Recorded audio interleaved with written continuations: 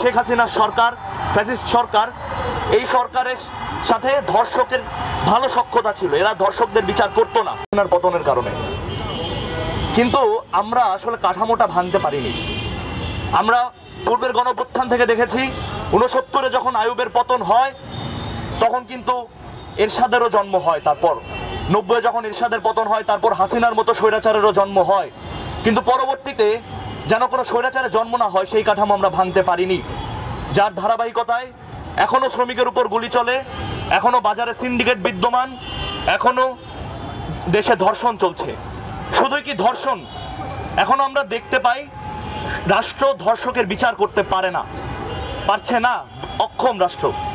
আমরা কদিন আগে দেখতে পারি যে ঢাকা থেকে রাজশাহীগামী একটা চলন্ত বাসে, টাঙ্গাইলে যখন ছিল বাসটা, তখন সেখানে ডাকাতি এবং দলবদ্ধ ধর্ষণের একটা ঘটনা ঘটে এবং সেই ঘটনায় অভিযুক্ত 3 আসামিকে জামিন দিয়ে দেয় কোর্ট।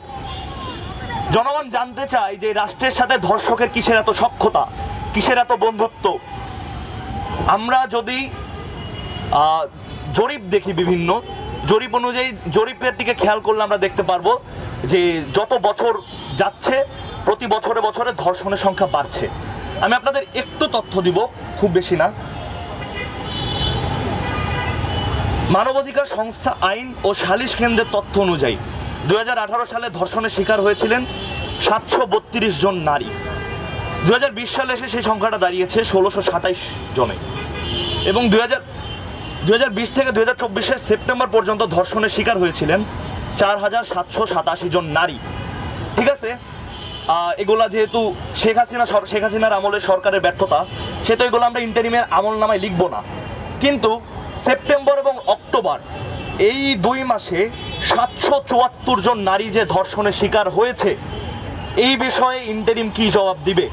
কয়জন ধর্ষকের, এর মধ্যে কয়জন ধর্ষকের আসলে বিচার করা সম্ভব হয়েছে? এই ইন্টারিম যদি জনগণের পারপাস সার্ভ না করতে পারে, এই ইন্টারিম যদি জনগণের নারীদের নিরাপত্তা নিশ্চিত না করতে পারে, এই ইন্টারিমকে তো শুধু আমি যমুনায় বসায় শুধু মিটিং করার জন্য আমি বসাই নাই, গদিতে বসাই নাই। বন্ধুগণ, আমরা দেখব এই ইন্টারিম নারীর নিরাপত্তা তো দূরে থাক, এই ইন্টারিম নারীর বা জনগণের পারপাস সার্ভ দূরে থাক, এই ইন্টারিম আসলে মবের পারপাস সার্ভ করতেছে। আমরা দেখব যে যখন একটা মব নারীদের ফুটবল খেলার মাঠে যখন আক্রমণ চালায়, মাঠ ভাঙচুর করে, নারীদের উপর আক্রমণ চালায়, তখন কিন্তু ইন্টারিম মবের কোনো বিচার করে না। আমরা দেখব যখন মব ভায়োলেন্সের মাধ্যমে ভাঙাভাঙির যখন মরশুম চলতেছে, তখন আমরা দেখব রাজশাহী বিশ্ববিদ্যালয়ে বেগম ফজিলতুন্নেসা হলে আক্রমণ চালায় ছেলেদের একটা মব, এবং সেই মবে যখন নারীরা বাধা দেয়, নারীদের উপর আক্রমণ চালানো হয়। এবং একই কাণ্ড আমরা দেখব চট্টগ্রাম বিশ্ববিদ্যালয়ে শেখ হাসিনা হলে, যেটা একটা নারীদের হল, সেই হলে রাত 2টার দিকে যায় পুরুষের মব, যায় সেই নাম ভাঙতে, হলের যায় ভেতরের একটা ভাস্কর্য ভাঙতে। নারীরা বাধা দিলে তাদের ট্যাগ দেওয়া হয় আওয়ামী লীগের দোসর।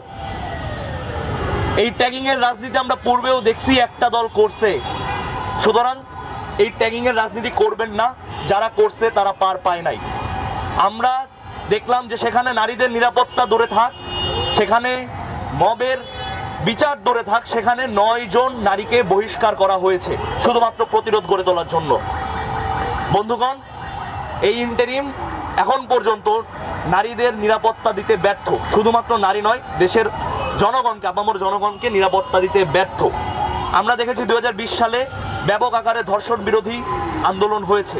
আমরা জানি পূর্বের যে সরকার, শেখ হাসিনার সরকার, ফ্যাসিস্ট সরকার, এই সরকারের সাথে ধর্ষকের ভালো সখ্যতা ছিল, এরা ধর্ষকদের বিচার করতো না, এরা টিকতে পারে নাই।